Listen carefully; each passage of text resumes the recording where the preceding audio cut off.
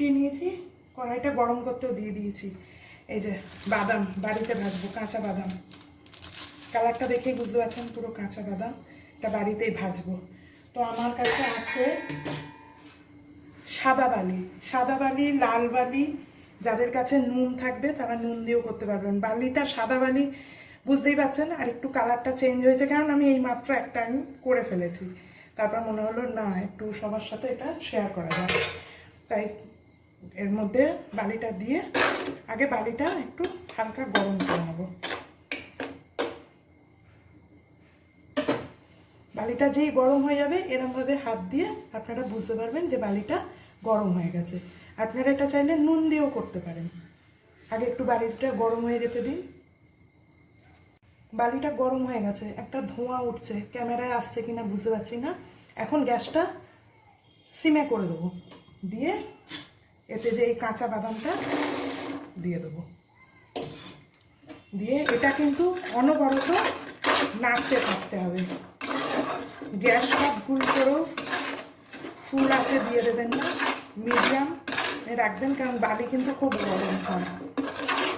খুব সাবধানে করবেন, আস্তে আস্তে নাড়বেন।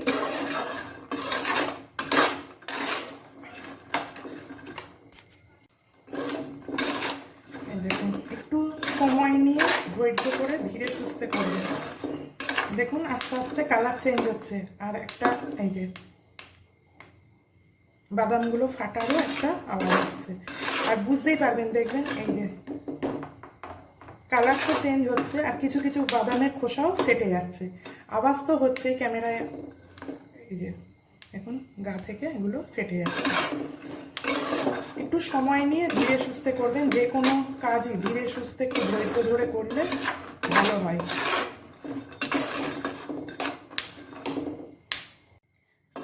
পুরো কালারটা চেঞ্জ হয়ে গেছে।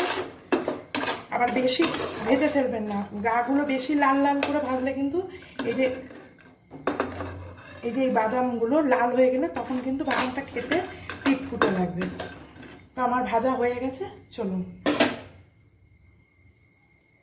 আমি এরকম একটা নেটের ঝুড়ি নিয়ে নিয়েছি, আপনাদের কাছে যেরকম থাকবে আপনারা নিয়ে নেবেন। এর উপর রেখে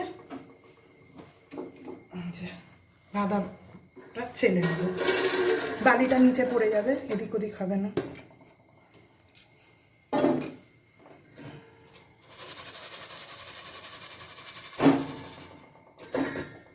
ছেলে নিয়েছি, দেখুন একদম পরিষ্কার।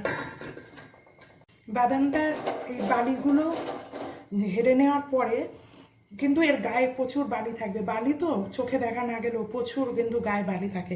আমি এগুলো কীরমভাবে পরিষ্কার করছি চলুন সেটাও দেখিয়ে দিই। বাদামগুলো একটু ঠান্ডা হলে তখন কিন্তু হাত দিয়ে দিয়ে এরকম করে করে রগড়াবে। এরকম একটা প্লাস্টিকের ঝুড়ির মধ্যে নিয়ে যে বাকি যে বালিটা সেটাও বেরিয়ে যাবে। একদম গরম থাকা অবস্থায় করবেন না, বাদাম গরম খুব অসুবিধা হয়ে যাবে। এখানে একটু হালকা ঠান্ডা করে নিয়ে, আমি যেহেতু ভিডিওর মধ্যে দেখাচ্ছি ভাবছেন বোধ হয় পরপরই করেছি, কিন্তু হ্যাঁ একটু ঠান্ডা করে নিয়ে এরকম করবেন। আর এই যে ঝুড়ির জন্য, বড় ফাঁকালা ঝুড়ির জন্য এগুলো পুরো পড়ে যাবে। তাই না, বাদামগুলো কত সুন্দর হয়েছে। বাড়িতে একবার করবেন, কাঁচা বাদাম কিনে এনে বাড়িতে ভেজে খাবেন, বেশি ভালো। আমার ভিডিওটা কেমন লাগলো অতি অবশ্যই কমেন্ট করে জানাবেন। আর একটা নতুন কিছু ট্রাই করেছি, সাধারণত এগুলো মেলাতেই হয়, তাই আপনাদের সাথে শেয়ার করলাম। আশা করি ভিডিওটা আপনাদের ভালো লাগবে।